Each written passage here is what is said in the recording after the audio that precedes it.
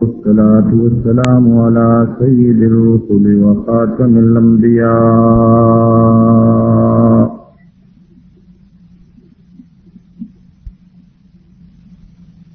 وعلى آله وأصحابه الذين اصطفى.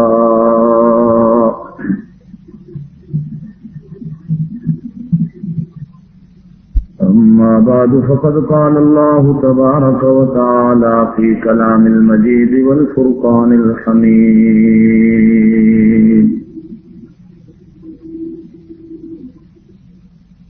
أعوذ بالله من الشيطان الرجيم. بسم الله الرحمن الرحيم.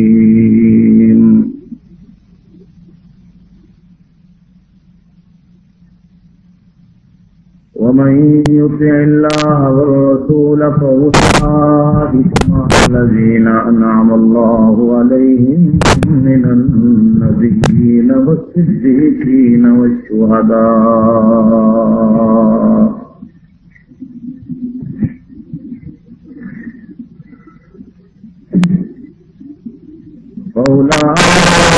مع الذين أنعم الله عليهم من النبيين والصديقين والشهداء والصالحين وحسن أولئك رفيقا.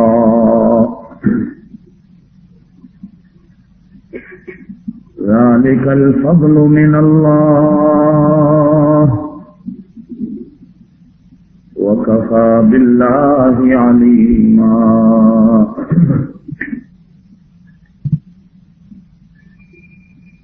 صدق الله العلي العظيم وبلغنا رسوله النبي الكريم الأمي الأمين ونحن على ذلك لمن الشاهدين والشاكرين والحمد لله رب العالمين.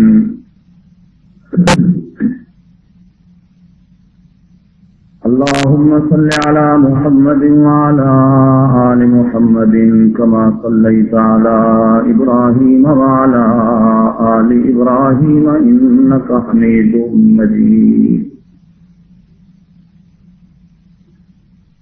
اللهم بارك على محمد وعلى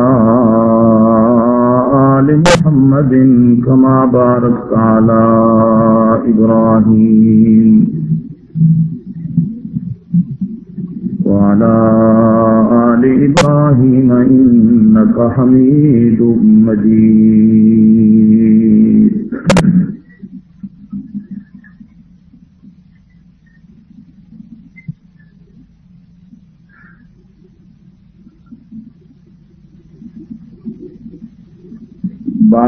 جمادی الثانی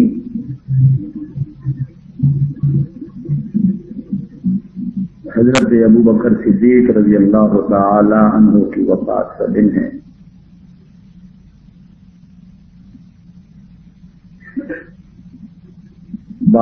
رجب جو اگلا مہینہ ہے حضرت امیر معاویہ کی وفات کا دن ہے، جس دن آج کل کا مسلمان کنڈے بناتا ہے اور مناتا ہے. نام اس کا حضرت جعفر صادق کے کنڈے ہوتے ہیں. حضرت جعفر صادق کی نہ اس دن کی وفات ہے، نہ اس دن کی موت ہے، نہ اس دن کی کوئی ان کی شادی غمی کا دن ہے. دشمنی صرف حضرت امیر معاویہ سے تھی. ان کی وفات کے دن ان کے دشمنوں نے مٹھائیاں بانٹی. آج وہی چیز سنی مسلمان کے اندر ہے. نام حضرت جعفر صادق کا ہوتا ہے دھوکے سے، لیکن اندرون خانہ حضرت امیر معاویہ کی وفات کا دن ہوتا ہے اور خوشی میں میٹھی چیزیں کھائی جاتی. اللہ اس امت سے رحم کرے. جناب نبی کریم علیہ الصلوۃ والسلام کی وفات کا دن 12 ربیع الاول. ہمیں تو یہ بھی نہیں پتا کہ ہمارے نبی کس دن اس دنیا سے پردہ فرماتے ہیں.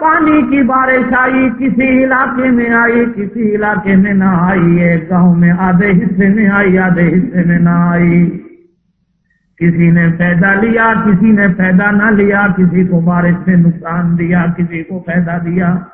فرمایا میں انعام کی بارش کرنا چاہتا ہوں، لینے والے آ جاؤ۔ قرآن نے کہا سب سے پہلے اللہ کے نبیوں نے جھولی آگے کی، سب سے پہلے نبیوں نے جھولی آگے۔ اللہ میاں ڈال دے، پوچھا کیا ڈالو؟ فرمایا سب کچھ دے دے، سب کچھ۔ آقا انعامدار حضرت محمد مصطفیٰ علیہ الصلوۃ والسلام کی دعائیں حدیث کی کتابوں میں آئیں۔ آقا دعا مانگا کرتے تھے، اللہ جو کچھ تجھے پسند ہو مجھے دے دے، جو تجھے نہ پسند ہو وہ میں محمد کو نہ دے۔ بیٹے تجھے پسند ہو مجھے دے دے، بیٹیاں تجھے پسند ہو مجھے دے دے، حکومت تجھے پسند ہو مجھے دے دے، قیادت تجھے پسند ہو مجھے دے دے، سیادت تجھے پسند ہو مجھے دے دے، سجدے تجھے پسند ہو مجھے دے دے، رکوع تجھے پسند ہو مجھے دے دے، میرا حسن تجھے پسند ہو میرا دے دے، اہل بیت جو تجھے پسند ہو مجھے دے دے، میرے یار جو تجھے پسند ہو وہ مجھے دے دے، جو تجھے پسند نہیں مجھے۔ اس لیے آقا نے اپنی امت کو بھی کہا کہ دعا مانگا کرو تو اللہ سے یوں کہا کرو، اللہ میاں ہمارے لیے جو چیز تیرے ہاں اچھی لگی بھی ہو، اچھی لکھی بھی ہو وہ دے دے، اور جو چیز ہم مانگ بھی رہے ہیں تیرے سے لیکن تیرے دربار میں ہمارے لیے نقصان دہ ہو وہ ہمیں نہ دے۔ فرمایا علیہم من النبیین، نبیوں میں آگے بڑھ کر جھولیاں پھیلائیں، میں نے ہر نبی کو اس کے حصے کا دیا، سب سے بڑی جھولی میرے محمد کی تھی، سب کہہ دو صلی اللہ علیہ وسلم۔ پھر اس جھولی کے اندر میں نے سب کچھ ڈالا۔ فرمایا جب نبیوں کو دیکھ کے میں فارغ ہوا، میں نے کہا او میاں اب باقی سارے آؤ، باقی سارے آؤ، تم نے کیا لینا؟ فرمایا والصدیقین، پھر صدیق آئے، انہوں نے میرے آگے جھولیاں پھیلائی، اللہ ڈال دے۔ آقا انعامدار حضرت محمد مصطفیٰ علیہ الصلوۃ والسلام نے ارشاد فرمایا لوگوں، اللہ نے پوری دنیا کے انسانوں پہ نظر ڈالی کہ میں اپنے لیے کسے منتخب کروں، تو میرے رب نے نبیوں کو منتخب کیا۔ فرمایا اللہ نے سارے نبیوں پہ نظر ڈالی تو 4 نبیوں کو منتخب کیا، جب چاروں نبیوں پہ نظر ڈالی تو اللہ نے مجھ محمد الرسول اللہ کو منتخب کیا۔ فرمایا میرے بعد اللہ نے میری امت پہ نظر ڈالی، ساری امتوں پہ نظر ڈالی تو میری امت پسند آئی، میری امت پہ اللہ نے نظر ڈالی تو میرے صحابہ پسند آئے، میرے صحابہ پہ نظر ڈالی تو 10 بڑے پسند آئے، جب 10 پہ نظر ڈالی تو 4 بڑے پسند آئے، جب 4 پہ نظر ڈالی تو ان 4 میں سے سب سے زیادہ میرے رب کو ابو بکر پسند آیا۔ فرمایا اللہ ذو الجلال والاکرام نے اپنی مخلوق والی عورتوں پہ نظر ڈالی تو اللہ کو وہ عورتیں پسند آئیں جو نبیوں کی بیویاں بنی، نبیوں کی مائیں بنی، نبیوں کی بیٹیاں بنی۔ اللہ ذو الجلال والاکرام نے میری امت کی عورتوں پہ نظر ڈالی تو فرمایا اللہ نے خدیجہ کو چنا، عائشہ کو چنا، حفصہ کو چنا، ام حبیبہ کو چنا، کہیں فاطمہ کو چنا، کہیں زینب کو چنا، کہیں ام کلثوم کو چنا، کہیں رقیہ کو چنا۔ فرمایا کسی کو میرے رب نے میری بیوی بنایا، کسی کو میرے رب نے میری بیٹی بنایا۔ اللہ ذو الجلال والاکرام نے ساری عورتوں میں سے چن چن کے انہیں بنایا۔ قرآن نے کہا لا نساء العالمین، اے مریم اللہ نے اپنے زمانے کی عورتوں میں سے سب سے زیادہ تجھے درجے دیے۔ جب میرے نبیوں کا نمبر آیا تو اللہ نے قرآن میں کہا النبی اولیٰ بالمؤمنین من انفسہم وازواجہ امہاتہم، یہ تمہاری مائیں ہیں۔ حضرت ابوبکر صدیق رضی اللہ تعالی عنہ جناب نبی کریم علیہ الصلوۃ والسلام نے اپنے مسلح پہ انہیں کھڑا کیا۔ حضور صلی اللہ علیہ وسلم غار کے اندر اس کے ساتھ رہے، آج مزار کے اندر اس کے ساتھ ہیں۔ حضور صلی اللہ علیہ وسلم نے ارشاد فرمایا کل حوض پہ میرا ساتھی ہوگا، کل جنت میں بھی میرے ساتھ ابوبکر۔ بات چل رہی تھی آپ حضرات کے سامنے سفر ہجرت کی گزشتہ اتوار کے درس، لیکن اس سے پہلے میں آج آپ حضرات کے سامنے ایک بات کہتا چلوں۔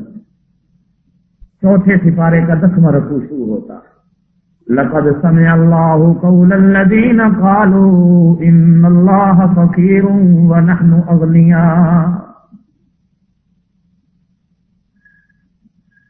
مدینے میں یہودیوں کا جلسہ ہو رہا تھا، یہودیوں کا ایک پادری واز کر رہا تھا. انہیں دنوں میں قرآن کی ایک آیت اتری ہوئی تھی، من ذا الذی یقرض اللہ قرضا حسنا، کون ہے بندہ جو اللہ کو قرض دے، اللہ کو. یہودیوں نے مذاق اڑایا کہ دیکھو مسلمانوں کا خدا غریب ہو گیا ہے، بھوکا ہو گیا، یہ قرض مانگتا. یہودیوں کو مذاق سوچا.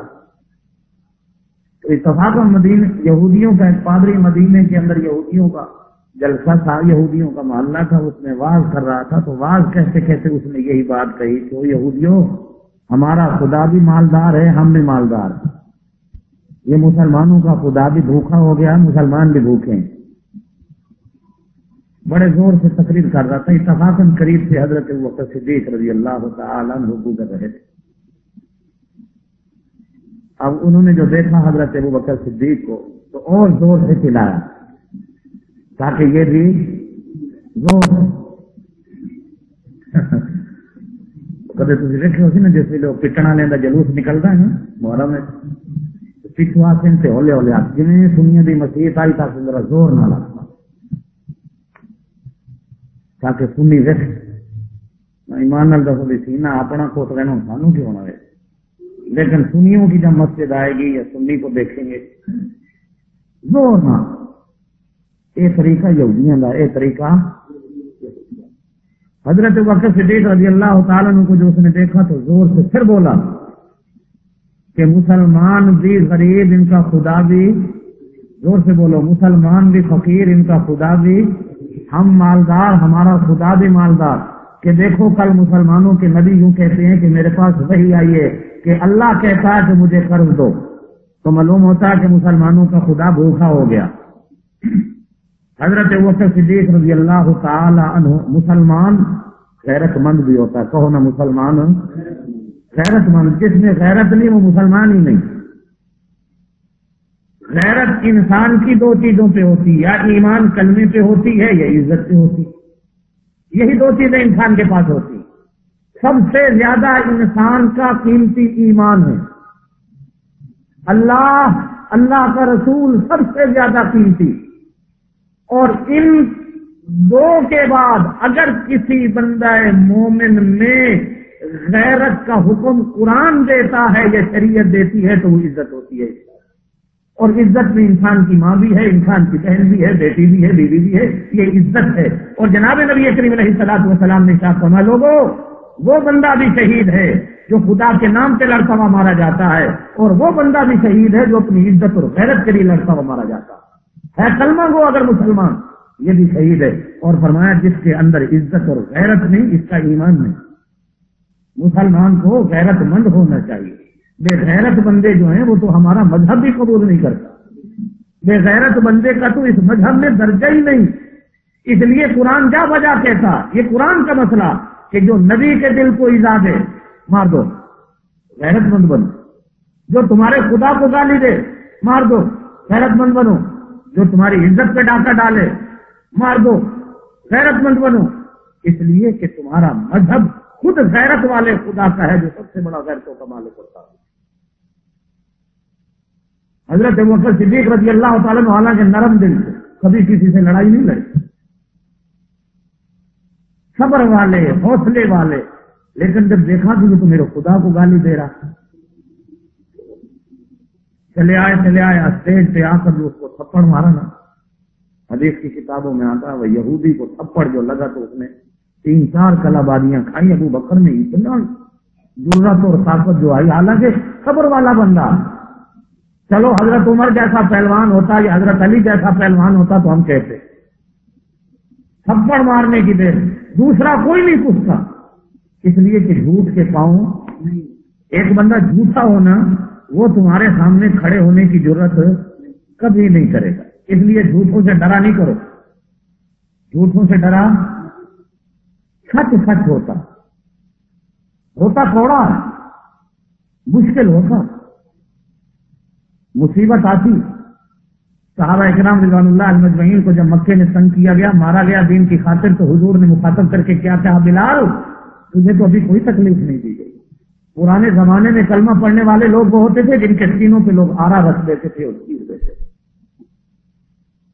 پرانے زمانے میں اللہ کے نبی ایسے گزرے کہ جن کو درختوں کے نیچے، درختوں کے اندر لوگوں نے سیٹے آرے سے چیر کے رکھ دیا ہے اور گردنیں کاٹ دی.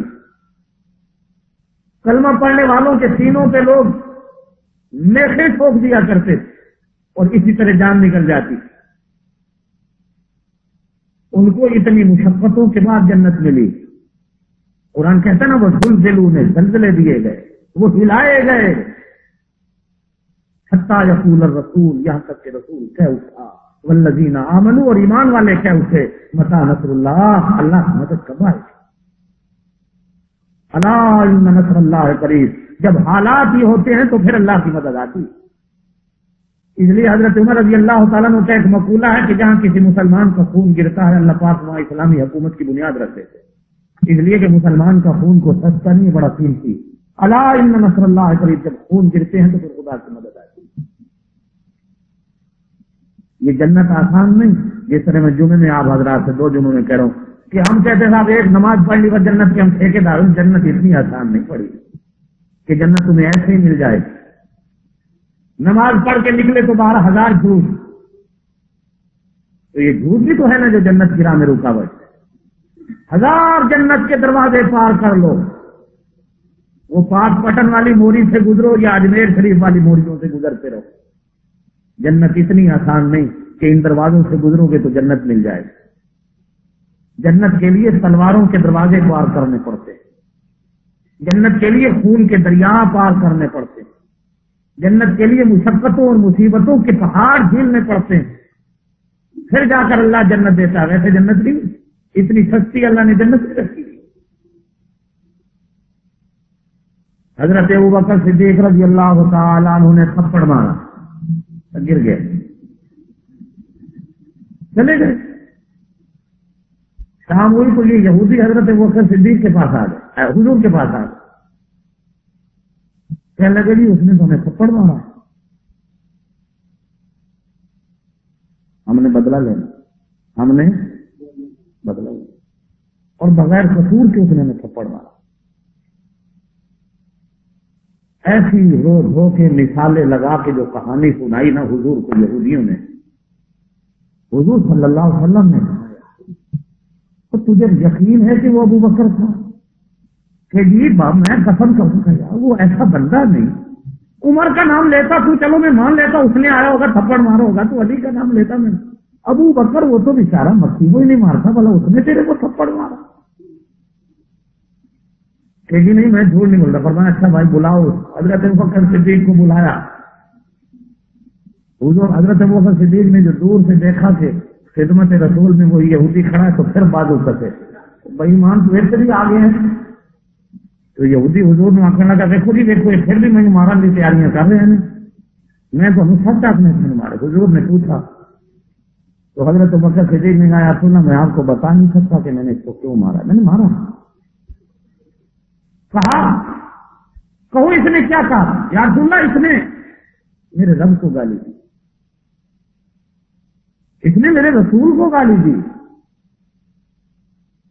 اور آپ کا خود حکم ہے کہ کلمہ پڑھنے والا غیرت مند ہو، یا تو میں بزدلوں کی طرح سر چھپا کے چل دیتا کہ میرے خدا کو گالیاں دے رہے ہیں دینے دو.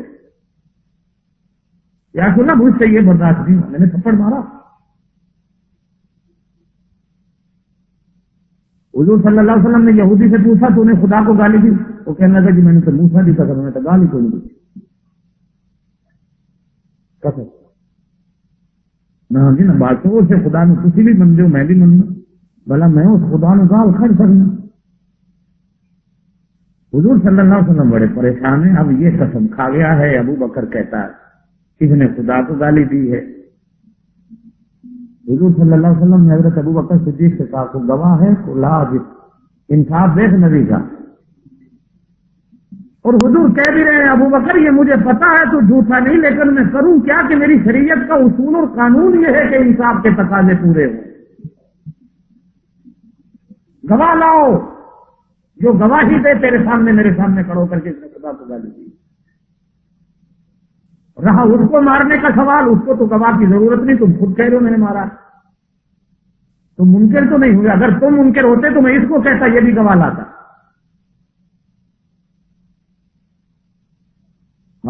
ابو بکر صدیق نے یوں نگاہیں اٹھائیں، اللہ تیرا محبوب مجھ سے گواہ مانگ رہا اور تو جانتا ہے میں نے صرف تیرے لیے غیرت کی ہے، صرف تجھے گالی دی جا رہی، اب میرے پاس اور گواہ تیرے سوا، اس لیے کہ باقی سارے یہودی اور یہ تو قسم کھا گئے۔ اللہ نے فرمایا جبرائیل جلدی جا، اللہ میاں تیرے محبوب کو جا کے کیا کہوں؟ اللہ نے فرمایا جانا، ابو بکر صدیق کی بیٹی پہ دنیا نے تہمتیں لگائیں، میں نے آسمان پہ بیٹھ کر اس کی صفائیاں دی، گواہیاں دی، آج میرے ابو بکر کے سامنے لوگ کہہ رہے ہیں کہ گواہ لاؤ، میرا محبوب بھی کہہ رہا ہے گواہ لاؤ، جا میرے محبوب کو کہہ دے میرا محبوب میں آسمان والا جو گواہ ہوں نا، میں گواہ ہوں۔ چوتھے سپارے کے 10 رکوع میں اللہ نے فرمایا لقد سمع اللہ قول الذین قالوا ان اللہ فقیر، البتہ تحقیق اللہ نے ان کی بات سن لی، میرے محبوب کو کہہ دے میرا محبوب میں آسمان والا جو گواہ ہوں نا، میں گواہ ہوں۔ چوتھے سپارے کے 10 رکوع میں اللہ نے فرمایا لقد سمع اللہ قول الذین قالوا ان اللہ فقیر، البتہ تحقیق اللہ نے ان کی بات سن لی، جب یہ کہہ رہے تھے ان اللہ فقیر، اللہ فقیر ہو گیا، وَنَحْنُ أَغْنِيَاء، ہم غنی ہیں، ہم مالدار ہیں، ہم پیسے والے ہیں، مسلمانوں کا خدا غریب۔ فرمایا سَنَكْتُبُ مَا قَالُوا، میرا محبوب صرف یہ نہیں کہ انہوں نے وہ بات کہہ دی، ہم نے تو ان کے نامہ اعمال میں بلکہ تقدیر میں وہ چیز لکھ دی ہے، ہم نے لکھ بھی دی ہے کہ انہوں نے یہ کہا، اور آج تیرے سامنے قرآن کی آیت بنا کے بھیج رہے ہیں کہ انہوں نے یوں کہا۔ باپ کو اللہ کے رسول نے کہا گواہ لا، تو گواہی کس نے دی؟ خدا نے۔ بولو نا گواہی کس نے دی؟ اللہ نے۔ بیٹی پہ دنیا نے تہمت لگائی تو گواہی کس نے دی؟ حضرت عائشہ پر بھی تو تہمت لگائی نا لوگوں نے، تو گواہی کس نے دی؟ ہے کوئی دنیا میں ایسا بندہ کہ جس کی گواہی خدا دے رہا ہو، جس کی بیٹی کی پاک دامنی بھی خدا بیان کر رہا ہو؟ ذالک فضل اللہ یؤتیہ من یشاء، یہی تو اللہ کا فضل ہے جو ابو بکر صدیق پہ ہوا، یہی تو وہ انعام ہے جو جھولی میں اللہ نے اس کے ڈالا، یہی تو وہ اللہ کا احسان ہے جو جھولی میں ڈالا۔ اس لیے جناب نبی کریم علیہ الصلوۃ والسلام نے ارشاد فرمایا لوگوں، ابو بکر میری امت میں وہ بندہ ہے کہ اس کے اتنے احسان ہیں میرے اوپر اور خدا کے دین پر کہ میں محمد دنیا میں بدلہ نہیں دے سکا، کل قیامت کے دن خدا اس کو بدلے۔ باقی میں نے ہر ایک کے بدلے چکا دیے، جس نے مجھ سے لینا ہو کہو، جس نے مجھ سے کچھ لینا ہے مانگو۔ اور میں ابو بکر تیرے اتنے احسان ہیں کہ میں محمد نہیں دے سکتا، سب کہہ دو صلی اللہ علیہ وسلم۔ فرمایا قیامت کے دن تجھے خدا دے، اور قیامت کے دن بھی خدا کیسے دے گا؟ خود نبی کی زبان سے حدیث کی کتابوں میں آتا، خود سچے رسول نے دنیا کے سامنے وہ سچی بات کہی۔ فرمایا جب قیامت کا دن ہوگا، نفسا نفسی کی حالت ہوگی، ساری دنیا پریشان ہوگی، اللہ حساب و کتاب کی ابتدا نہیں کر رہے ہیں۔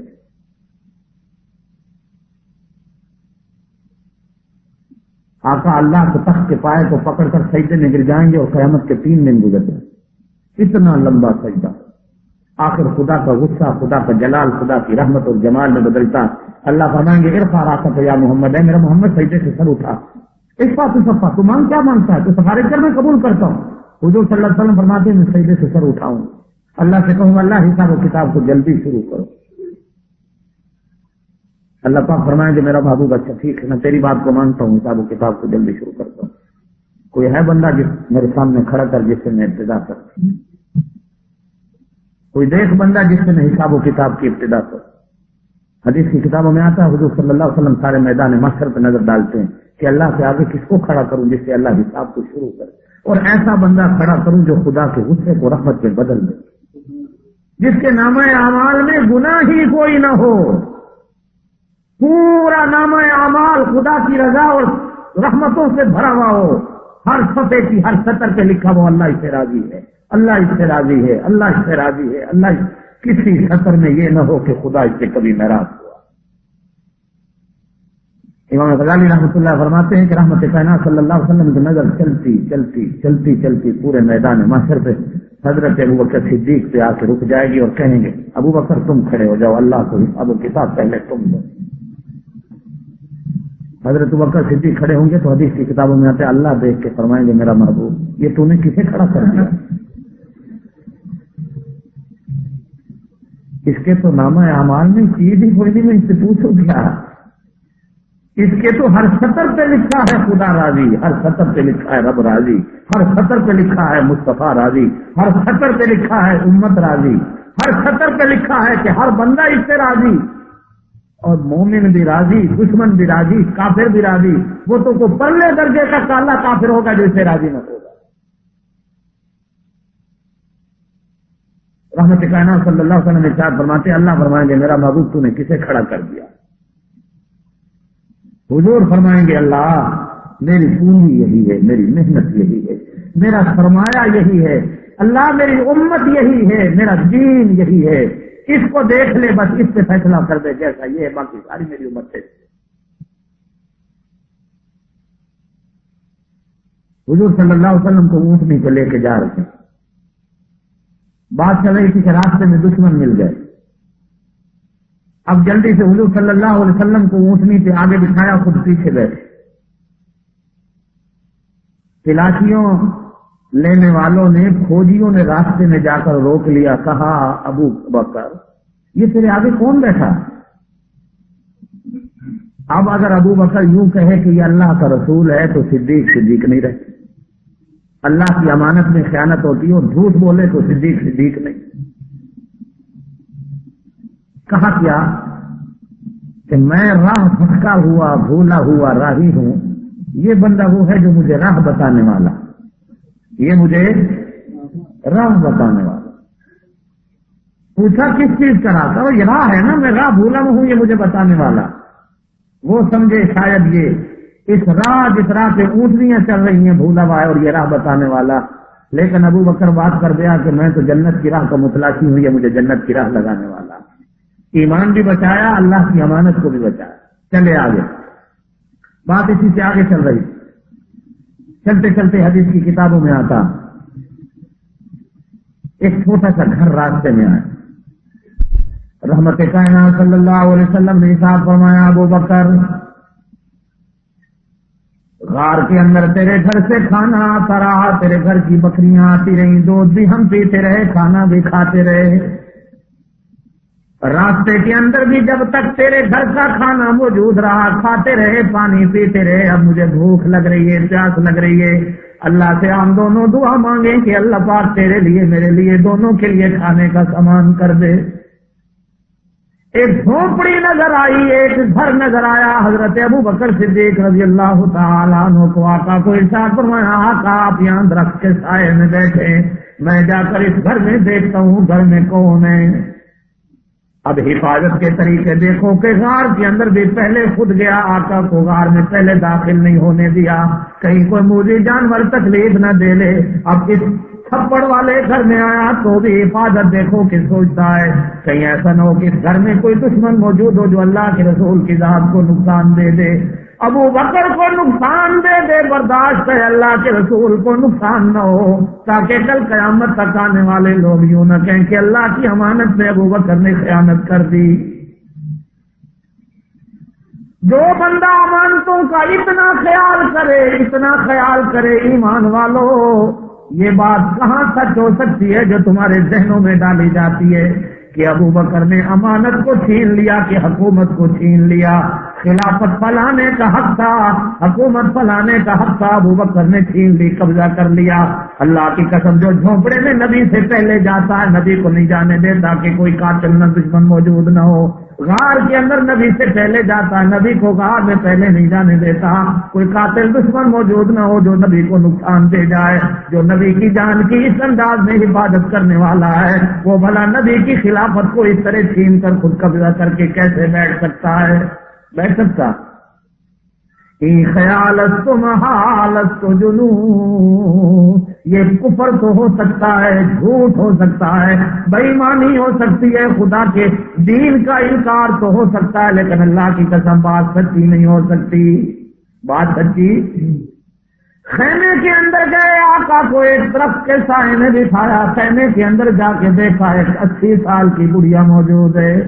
حدیث کی کتابوں میں اس بڑھیا کا نام ام معبد ملتا ہے، ام معبد۔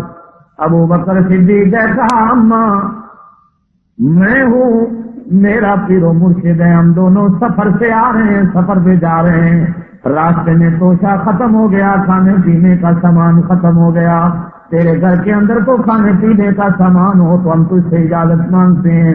اس نے کہا او مسافر میاں، تیرے چہرے سے لگتا ہے تو بڑا سچا بندہ ہے، تیرا چہرہ بتاتا ہے تو چور نہیں، تو ڈاکو نہیں، لیکن میری بات سن، میرے گھر میں کھانے پینے کو کچھ موجود نہیں۔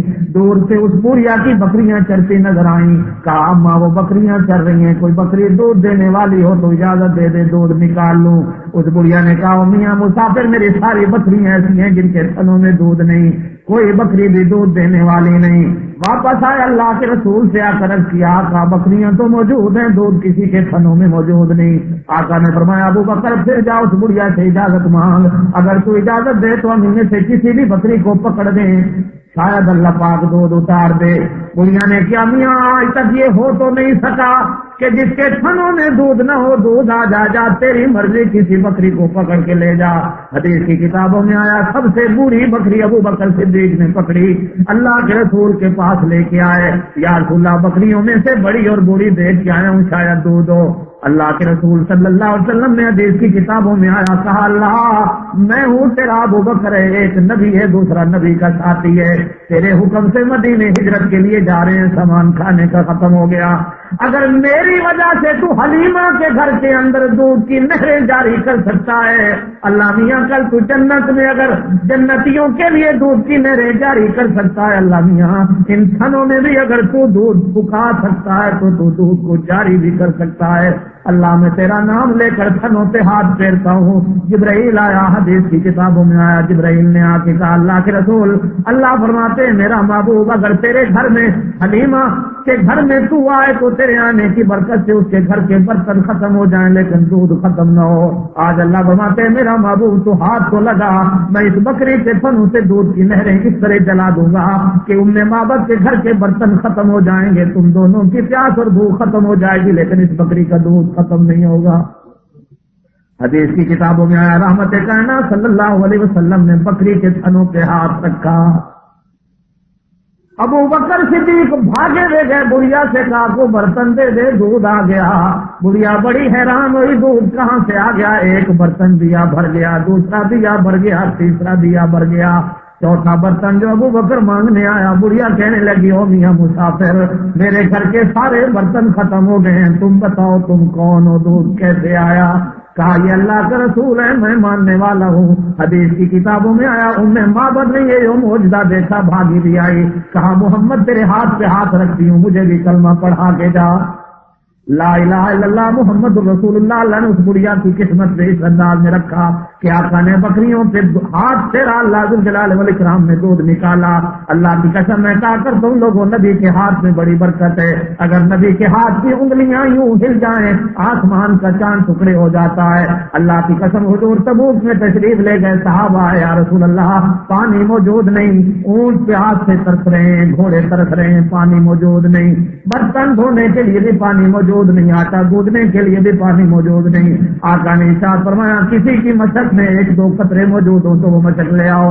ایک صحابی بھاگا آیا، یا رسول اللہ میں نے وضو کے لیے پانی جمع کر رکھا تھا، اتنا ہی پانی موجود ہے۔ بخاری کی روایت ہے آقا نے اپنی رحمت والے ہاتھ اس مشق کے اندر ڈالے، صحابہ کرام سے کہا میاں مچ کے لے آؤ، پانی بھر لو، اونٹوں کو پلا لو، گھوڑوں کو پلا لو۔ اللہ کی قسم حضرت معاذ بن جبل حدیث کی کتاب میں فرماتے ہیں آقا کا ہاتھ مشق میں رہا، اس طرح پانی نکل رہا تھا جس طرح کنویں اور ٹول کا پانی نکلتا ہے۔ برتن ختم ہو گئے، مشکیں بھر گئی، گھوڑوں نے پیا، اونٹوں نے پیا، نبی کا ہاتھ مشق کے اندر رہا۔ اللہ کی قسم پھر جب تک ہم رہے نبی کے ہاتھوں والا وہ پانی کبھی ختم نہیں ہوا۔ تبوک کے سفر میں حضرت ابو ایوب انصاری رضی اللہ تعالیٰ عنہ کے گھر میں حضور مدینے میں تشریف لے آتے ہیں. بڑا خوش ہے کہ آج حضور میرے گھر میں تشریف لے آئے, میں مہمانی کروں گا, حضور میرے مہمان بنیں گے. بیوی کے پاس جا کے پوچھا کھانے پینے کے لیے کچھ موجود ہے؟ بیوی نے کہا تیری روٹی ہے, میری روٹی ہے, دو بندوں کی. نظر ڈالی تو آقا کے ساتھ 72 آدمی موجود تھے. آقا کے کان میں کہا آقا میرے گھر میں کھانا اتنا ہے کہ وہ صرف آپ کھا سکتے ہیں, میں بھوکا رہ لوں گا, میری بیوی بھوکی رہ لے گی, آپ کا سامان ہو جائے. آقا نے کہا ابو ایوب گھبرا نہیں, کھانا ادھر لے آ, برتن اٹھا کے لے آ. حدیث کی کتابوں میں آتا ہے آقا نے برتن میں ہاتھ ڈالا اور ابو ایوب انصاری سے کام لیا, جا بیوی کو کہ تقسیم کرنا شروع کر دے. حضرت ابو ایوب انصاری فرماتے ہیں اللہ کی قسم 72 بندے روٹی کھا کے رج گئے, لیکن برتن میں کھانا اسی طرح پڑا ہوا تھا. کھانا پھر ختم. یہ نبی کے ہاتھ میں برکت ہے. کہو نا نبی کے ہاتھ میں. اللہ ذو الجلال والاکرام نے اس لیے فرمایا ید اللہ فوق ایدیہم, ایمان والوں صحابہ کے اوپر میرے نبی کا ہاتھ ہوتا ہے اور میرے نبی کے اوپر میں خدا کا ہاتھ ہوتا ہے. نبی کے اوپر خدا کا ہاتھ اور صحابہ کے اوپر نبی کا ہاتھ, یوں چلتے ہیں. یہ صحابہ ہیں, یہ نبی ہے, پھر یہ خدا کا ہاتھ. پورا فتح ہے 26ویں سپارے میں. اللہ فرماتا یہ صحابہ کا ہاتھ, یہ میرے مصطفیٰ کا ہاتھ. لوگوں یہ میں خدا کا ہاتھ, جو میرے ہاتھ کے نیچے مصطفیٰ کا ہاتھ آ گیا, یہ بھی رحمتوں والا وہ ہاتھ جو میرے مصطفیٰ کے ہاتھ کے نیچے آ گئے. جو میرے ہاتھ کے نیچے مصطفیٰ کا ہاتھ آیا, جس طرح یہ ہاتھ ظلم نہیں کر سکتا, جس طرح میرے مصطفیٰ کے ہاتھ کے نیچے ہاتھ آئے وہ ہاتھ بھی ظلم نہیں کر سکتے. وہ ہاتھ بھی اللہ کی قسم مصطفیٰ کے ہاتھ کے نیچے سب سے ہاتھوں کے اوپر ہاتھ تھا ابو بکر صدیق کا. کون, کس کا اوپر ہاتھ تھا؟ حضرت ابو بکر صدیق کا. پھر حضور کا ہاتھ ملا ہوا ہے. لوگ کہتے ہیں ابو بکر خلافت کو چھین کے لے گیا, خلافت غصب کر کے لے گیا. میاں خلافت نے بھی قبضہ کر لیا. لوگوں یہ وہ ہاتھ ہے جس ہاتھ کے اوپر نبی نے اپنا ہاتھ رکھا ہے. اگر اس نے خلافت چھینی ہے تو پھر کہو نا نبی نے اس ہاتھ کے ساتھ جو اپنا ہاتھ ملایا ہے, پھر نبی کے ہاتھ کے اندر کوئی نقص ہے؟ نبی کے ہاتھ میں نقص ہے؟ آ سکتا ہے نبی کے ہاتھ میں نقص آ سکتا ہے. اگر نبی کے ہاتھ میں نقص نہیں آ سکتا تو جو ہاتھ نبی کے ہاتھ کے ساتھ ملا ہے وہ چوری کر سکتا ہے, وہ ڈاکہ ڈال سکتا ہے. آج اگر بڑے پیر دے ہاتھ کسی کا ہاتھ آ جائے تو وہ چوری کر سکتا ہے. تو جڑے پیران دے پیر دے ہاتھ جیسا ہاتھ آئے, ساڈا نبی تے پیران دا پیر ہے. آخو نا ساڈا نبی پیران دا پیر. ہاں ساڈا نبی یہ بڑا پیر ہے. اسی سے وڈے پیر دکھا ہے, بس ساڈا یہ بڑا پیر نہیں. اس کو بڑا پیر اور خدا ہے تو اور کوئی نہیں. یہی وہ دروازہ, یہی وہ در ہے, یہی وہ مقام و مکان ہے کہ اللہ سب کچھ یہاں لیتے ہیں, پھر مصطفیٰ تقسیم کرتا. حضور نے فرمایا انما انا قاسم واللہ یؤتی, خدا مجھے دیتا ہے میں بانٹتا چلا جاتا ہوں. خدا نے مجھے دیا, میں جب بانٹنے لگا تو سب سے پہلے ابو بکر آیا, پھر میں نے اسے دیا. رحمت کائنات صلی اللہ علیہ وسلم نے حدیث میں فرمایا لوگوں میں حوض سے کھڑا ہوں گا, میرے دائیں طرف ابو بکر ہوگا, میرے دائیں طرف بائیں طرف عمر ہوگا, یہ دونوں میرے ساتھ حوض پہنچ سکتے. حضور نے فرمایا جو بندے مجھ سے پیالہ لینے آئیں گے میں بھروں گا, میں ابو بکر کو دوں, پھر ابو بکر تمہیں پلائے گا.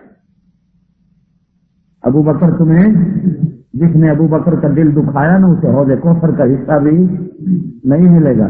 حضور نے فرمایا جس نے اس کا دل دکھایا اس نے میرا دل دکھایا, جس نے میرا دل دکھایا اس نے خدا کے دل کو دکھایا. ام معبد ایمان لاتی ہیں, کون ام معبد ایمان لاتی. حضور صلی اللہ علیہ وسلم کا دونوں کا قافلہ مدینے کی طرف چلتا ہے. اب مدینے والوں کی حالت یہ ہے کہ روزانہ مدینے سے 3-3 میل 10-10 میل نکل کر پہاڑوں پہ آ کر انتظار کرتے ہیں کہ کملی والا کب آئے گا. کملی والا او میاں جس طرح 29 کا دن آئے 30 کا دن آئے, ہم چاند دیکھنے کے لیے انتظار کرتے ہیں کہ چاند کب طلوع ہوگا, عید ہوگی. اللہ کی قسم مدینے والے آج کھڑے ہیں کہ کب محمد کا چہرہ دیکھیں گے تو خوشیوں سے عید منائیں گے، کب آمنہ کے لال کا چہرہ نظر آئے گا تو عید منائیں گے۔ حدیث کی کتابوں میں آیا جب آقا تشریف لے آئے تو مدینے کی چھوٹی چھوٹی بچیاں حضور کے آگے استقبال کے لیے آئیں تو کہنے لگی طلع البدر علینا، طلع البدر علینا من ثنیات الوداع وجب الشکر علینا ما دعا للہ داعی۔ طلع البدر علینا، لوگوں کسی کا چاند مشرق سے نکلے، کسی کا چاند مغرب سے نکلے، او میاں تم سارے چاند دیکھنے آتے ہو، عید منائیں گے۔ طلع البدر علینا، ہم تو یہ سمجھتی ہیں کہ ہمارے لیے چاند آج طلوع ہوا ہے، چھوٹی چھوٹی معصوم بچی۔ طلع البدر علینا، ہمارے لیے تو چاند آج نکلا ہے، کہاں نکلا کہاں سے؟ من ثنیات الوداع، ان مدینے کے پہاڑوں سے ہمارا چاند نکل رہا ہے۔ حضور صلی اللہ علیہ وسلم تشریف لائے، کیونکہ مدینے کے لوگوں نے حضور کو دیکھا ہوا نہیں تھا۔ قباء کی بستی پہلے آئی، قباء مسجد قباء ہے مدینے میں، بالکل مدینے میں مکے سے جو راستہ تھا اس سے پہلی منزل حضور رحمت کائنات صلی اللہ علیہ وسلم نے ارشاد فرمایا، لوگوں کسی نے 2 رکعت نماز نفل اگر اس مسجد میں پڑھ لی تو اللہ پاک اسے ایک عمرے کا ثواب دیں گے۔ 4 نفل پڑھ لیے تیرے میرے آقا نے ارشاد فرمایا اللہ ایک حج کا ثواب دیں گے۔ فرمایا اللہ کی قسم تم نے عمرہ کیا ہو کوئی پتہ نہیں قبول ہوا کہ نہیں ہوا، تم نے حج کیا کوئی پتہ نہیں قبول ہوا کہ نہیں ہوا، جس نے اس مسجد میں آ کر 2 رکعت نفل پڑھ لو، میں اللہ کا رسول کہتا ہوں اللہ نے اس کو ایک مقبول عمرے کا ثواب دے دیا ہے۔ رحمت کائنات صلی اللہ علیہ وسلم کی سواری قباء پہنچی، قباء والے جانتے نہیں اللہ کے رسول کو، دیکھا جو نہیں کبھی۔ حضرت ابوبکر صدیق رضی اللہ تعالی عنہ کی داڑھی کے اندر 2 بال سفید ہیں، رحمت کائنات صلی اللہ علیہ وسلم سے عمر میں 2.5 سال چھوٹے ہیں، لیکن چہرے پر چونکہ اسلام کی وجہ سے مشقتیں آئی، تکلیف آئی، بوڑھے لگ رہے تھے، مدینے والوں نے سمجھا یہ اللہ کا رسول ہے۔ جو مدینے والا ملنے آ رہا پہلے ابوبکر کے ہاتھ میں ہاتھ دیتا پھر حضور کے ہاتھ میں ہاتھ دیتا ہے، یوں سمجھ رہا کہ یہ چہرہ دونوں کا ایک جیسا۔ طلع البدر علینا من ثنیات الوداع، نبی کا چہرہ ابوبکر کا چہرہ میرے رب نے بنایا ایسا لوگوں دیکھنے والے پہچان نہیں سکتے تھے نبی کون ہے خادم کون ہے، نبی کون ہے اور خادم، اس لیے قرآن نے کہا منہا خلقناکم وفیہا نعیدکم ومنہا نخرجکم تارۃ اخری۔ او میاں جس مٹی سے ہم نے تمہیں بنایا اسی مٹی میں پھر تم نے جانا ہے۔ اللہ کے رسول نے فرمایا لوگوں جس بندے کی قبر جہاں بنے سمجھ لو اللہ نے بناتے وقت اس بندے کو اسی جگہ کی مٹی سے بنایا تھا۔ اللہ کی قسم جس پاک مٹی سے خدا نے محمد کے وجود کو بنایا، سب کہہ دو صلی اللہ علیہ وآلہ وسلم، اللہ نے اسی پاک مٹی سے ابو بکر کے وجود کو بنایا، اور اللہ پاک نے جس پاک مٹی سے میرے محمد کے وجود کو بنایا، اللہ کی قسم میرے اللہ نے اسی پاک مٹی سے عمر کے وجود کو بنایا ہے۔ اللہ نے تینوں کو بناتے وقت مٹی ایک جگہ کی استعمال کی۔ آج مدینے والے دھوکھا کھا رہے ہیں، نبی کون ہے خادم کون ہے کسی کو پہچان نہ ہو سکی۔ یہ ہے دونوں میں مماثلت۔ حضور صلی اللہ علیہ وسلم فرماتے ہیں لوگوں میں نے نبوت سے پہلے کبھی جھوٹ نہیں بولا، میرے ابو بکر نے بھی کبھی جھوٹ نہیں بولا۔ حضور نے فرمایا لوگوں میں نے کبھی کسی کا دل نہیں دکھایا، میرے ابو بکر نے بھی پہلے کبھی کسی کا دل نہیں دکھایا۔ فرمایا لوگوں نبی بننے سے پہلے میں نے کبھی کسی بت کے آگے سر نہیں جھکایا، میرے ابو بکر نے بھی کبھی کسی بت کے آگے سر نہیں جھکایا۔ فرمایا لوگوں میں نے بھی کبھی شراب نہیں پی، میرے ابو بکر نے بھی کبھی شراب نہیں پی۔ فرمایا میں نے بھی کبھی زنا نہیں کیا، میرے ابو بکر نے کبھی زنا نہیں کیا۔ لوگوں اللہ نے جو کچھ میرے اندر رکھا وہی میرے ابو بکر کے اندر رکھا، لیکن دونوں میں صرف ایک فرق ہے کہ میرے پاس وہی آتی ہے، میرے ابو بکر کے پاس وہی نہیں آتی، باقی مماثلت چلتی، باقی ایک ہی چیز چلتی۔ رحمت کائنات صلی اللہ علیہ وسلم نے ارشاد فرمایا لو کان بعدی نبی لکان عمر۔ توجہ سے میری بات سنو۔ فرمایا لوگوں اگر میرے بعد کوئی نبی ہوتا اللہ عمر کو نبی بناتا۔ حدیث آئی میں نے اپنا ابا جان مرحوم سے پوچھا، ابا جی میرے کو یہ مسئلہ سمجھ نہیں آیا، حدیث سمجھ نہیں آئی کہ حضور صلی اللہ علیہ وسلم نے ارشاد فرمایا میرے بعد کوئی نبی ہوتا تو اللہ عمر کو نبی بناتے ہیں، حالانکہ ابو بکر کے اندر تو ساری چیزیں موجود تھی۔ حضور نے ابو بکر کے بارے میں یہ نہیں کہا کہ لوگوں میرے بعد کوئی اگر نبی ہوتا تو اللہ ابو بکر کو نبی بناتا، چاہیے تو یہ تھا کہ ابو بکر کا نام ہو۔ حدیث سمجھ میں نہیں آئی، اللہ بخشے، اللہ ان کی قبر پہ کروڑوں رحمتیں کرے، کہو نا آمین۔ عالم چٹکی میں مسئلہ حل کرتے۔ میرا ابا جی مرحوم کہنے لگے بیٹا یہ تو مسئلہ ہی حل ہے، اس میں کیا مشکل؟ میں نے کہا ابا جان سمجھ نہیں آئی، کہا سنو، اللہ کے رسول نے ابو بکر کے بارے میں اس لیے کہا ہی نہیں کہ کسی کو شک ہی نہیں، ہر کوئی سمجھتا ہے، اللہ کے رسول نے بھی سمجھا کہ مجھے کہنے کی ضرورت ہی نہیں، میرے سارے صحابہ جانتے ہیں، میرا علی جانتا ہے، میرا عثمان جانتا ہے، میرا ابو عبیدہ بن جراح جانتا ہے، میرا عثمان بلال جانتے ہیں کہ میرے بعد اللہ نے کسی کو نبی بنانا ہوتا اگر تو اللہ ابو بکر کو بناتے ہیں، اس لیے میں نے اس کا نام ہی نہیں لیا۔ عمر کے بارے میں ہو سکتا ہے کوئی شک کرتا کے درمیان میں جب ابو بکر نہیں بنا تو عمر نبی کیوں بن گیا اللہ کے رسول کے بعد، اس لیے حضور نے زور دے کے کہا لوگوں اگر میرے بعد اللہ کسی کو نبی بناتا اللہ عمر کو نبی بناتا، لیکن انا خاتم النبیین لا نبی بعدی، میں آخری نبی ہوں، میرے بعد نبی کوئی نہیں آئے گا۔ عیسائیوں نے کہا لوگوں او مسلمانوں، حضرت مریم پہ جب دنیا والوں نے تہمت لگائی، اللہ پاک نے عیسیٰ کی زبان سے پاکیاں دلوائیں اور پاک بازیاں بیان کروائیں۔ تمہارے نبی کی ماں کی شان کے بارے میں تو تمہارے رب نے کہیں گواہی نہیں دی کہ میری نبی کی ماں ایسی، میرے محمد کی ماں ایسی، میرے رسول کی ماں ایسی، لیکن عیسیٰ کی ماں کے بارے میں تو قرآن میں کچھ خبریاں ہیں نا، تمہارے نبی کی ماں کے بارے میں تو اللہ والے نے کہا لوگوں وہاں ضرورت اس لیے پڑی کہ شک پڑ گیا تھا، ہمارے محمد کی ماں میں کبھی کسی کو شک پڑا نہیں، اس لیے خدا کو صفائی کی ضرورت ہی نہیں پڑی۔ ضرورت وہاں پڑتی ہے جہاں شک پڑتا ہے، جہاں شک کی نہ وہاں ضرورت کیا، وہاں فرمایا لوگوں منہا خلقناکم وفیہا نعیدکم ومنہا نخرجکم تارۃ اخری، جس مٹی سے اللہ تمہیں بناتے ہیں اسی مٹی کے اندر اللہ تمہیں دفن کرتے ہیں۔ اس لیے حدیث کی کتاب میں فرمایا جب کسی میت کو قبر میں رکھا کرو مٹی ڈالتے وقت یہی دعا پڑھا کرو منہا خلقناکم، سارے پڑھ لو منہا خلقناکم، سانو تو جنازے بھی دعا نہیں آتی تو دعا کی خواہش منہا خلقناکم وفیہا نعیدکم، اسی مٹی سے تمہیں بنایا گیا، وفیہا نعیدکم، اسی مٹی میں ہم تمہیں لوٹا رہے ہیں، ومنہا نخرجکم، اور اللہ فرماتے ہیں ایک دن آئے گا پھر ہم تمہیں اسی مٹی سے نکالیں گے تارۃ اخری، دوسری دفعہ، پہلی دفعہ ہم نے تمہیں بنایا اور پھر آج ہم تمہیں مٹی سے دوسری دفعہ نکالیں گے جب اللہ کے سامنے آؤ گے۔ اللہ کے سامنے مدینے والے شک میں پڑ گئے، نبی کون ہے؟ پہلے ابو بکر کے پاس آتے ہیں، آپ میں ہاتھ دیتے ہیں، مصافحہ کرتے ہیں، پھر اللہ کے رسول کے ساتھ مصافحہ کرتے ہیں۔ ابو بکر کتنی دیر دیکھتا رہا، پھر دل میں آیا یار کہیں ایسا نہ ہو کہ نبوت کی شان کی توہین ہو رہی ہو کہ لوگ پہلے مجھے نبی سمجھ کے مل رہے ہیں، میرے آقا کو بعد میں مل رہے ہیں، کہیں ایسا نہ ہو قیامت کے دن خدا کے آگے میرے نامہ اعمال کے اندر یہ چیز آ جائے کہ تو نے لوگوں کے سامنے یہ بتایا کیوں نہیں تھا، کہا کیوں نہیں تھا لوگوں یہ اللہ کا رسول ہے، میں اس کا خادم ہوں۔ اب سوچنے لگے بتاؤں کیسے، تو آقا نے کہا ابو بکر اعلان نہ کر، ان کو بتا نہیں، آج چلنے دے، آج ہائے ہائے کیا محبت کی آقا۔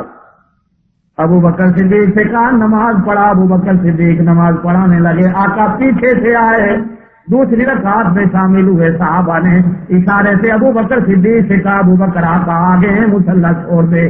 ابو بکر مصلی چھوڑنے لگے، حضور قریب آ گئے، حضرت ابو بکر صدیق رضی اللہ تعالی عنہ کو اپنے کندھے کے ساتھ کھڑا کر لیا اسی مصلی کے اوپر۔ صحابہ فرماتے ہیں یوں لگ رہا تھا کہ حضور ابو بکر کے امام ہے، ابو بکر ہمارا امام ہے۔ جب نماز ہو گئی تو آقا نے ارشاد فرمایا ابو بکر ساری دنیا میری مقتدی بنے، اللہ کے سارے نبیوں کا میں امام بنا، میرا آج کی رات سارے نبی میرے امتی بنے۔ آج میرا دل چاہ رہا تھا ابو بکر تو امام ہوتا، آمنہ کا لال تیرا مقتدی بنتا۔ تجھے کس چیز نے روکا؟ تو نے مصلی چھوڑ دیا. کہا آقا میں نے تو مصلی اس لیے چھوڑا کہیں آپ کی شان کی توہین نہ ہو جائے، ابو بکر مارا نہ جائے، ابو بکر برباد نہ ہو جائے. آقا میرے دل میں تو یہی آیا، میں نے اس لیے مصلی چھوڑ دیا. آج آقا نے کہا ابو بکر اعلان نہ کر، چلنے دے. میں محمد کا دل اسی طرح خوش ہو رہا ہے تاکہ لوگ پہلے میرے یار کو، میرے خادم کو آ کے ملیں، پھر مجھے ملیں. اس لیے کہ غار کے اندر جو کچھ تو نے نیکیاں کمائی، غار کے اندر جو کچھ تو نے محنتیں کمائی اور راستے میں جو کچھ تو نے کمایا، وہ اس قابل ہے کہ لوگ آج تجھے پہلے مصافحہ کریں اور بعد میں میرے ساتھ مصافحہ کریں. کہا آقا میرا دل برداشت نہیں کرتا. اٹھے، اپنی سر کی پگڑی کو اتارا. حدیث کی کتابوں میں آتا ہے آقا کو بٹھایا، 4 لکڑیاں جمع کی، اپنی پگڑی کو باندھ کر لکڑی سے چھت بنا کر آقا کو نیچے بٹھایا تاکہ آنے والے سمجھیں جو چھت کے نیچے بیٹھا ہے یہ اللہ کا رسول ہے، جو دھوپ میں قدموں میں بیٹھا ہے یہ اللہ کے رسول کا خادم ہے. اللہ کی قسم لوگوں میں کہا کرتا ہوں ابو بکر صدیق کی وہ پگڑی کتنا نمبر لے گئی کہ آج آقا کے سر پہ سائے کیے کڑی ہے. ابو بکر صدیق کی پگڑی آقا یوں باندھی اور چھت ہے، آقا بیٹھے ہیں. اب بعد میں جتنے آنے والے آ رہے ہیں اب سمجھے، اب کہ یار یہ جو سائے کے نیچے بیٹھے ہیں نا یہ اللہ کے رسول، اور جو قدموں میں بیٹھا ہے یہ خادم ہے، یہ ابو بکر صدیق ہے. حضور صلی اللہ علیہ وسلم جب میدان بدر میں پہنچے، اللہ زندگی رہی اللہ عمل کی توفیق. اللهم صل وسلم وبارك على سيدنا مولانا محمد وعلى اله وصحبه. یا اللہ جو کچھ کہا گیا قبول فرما.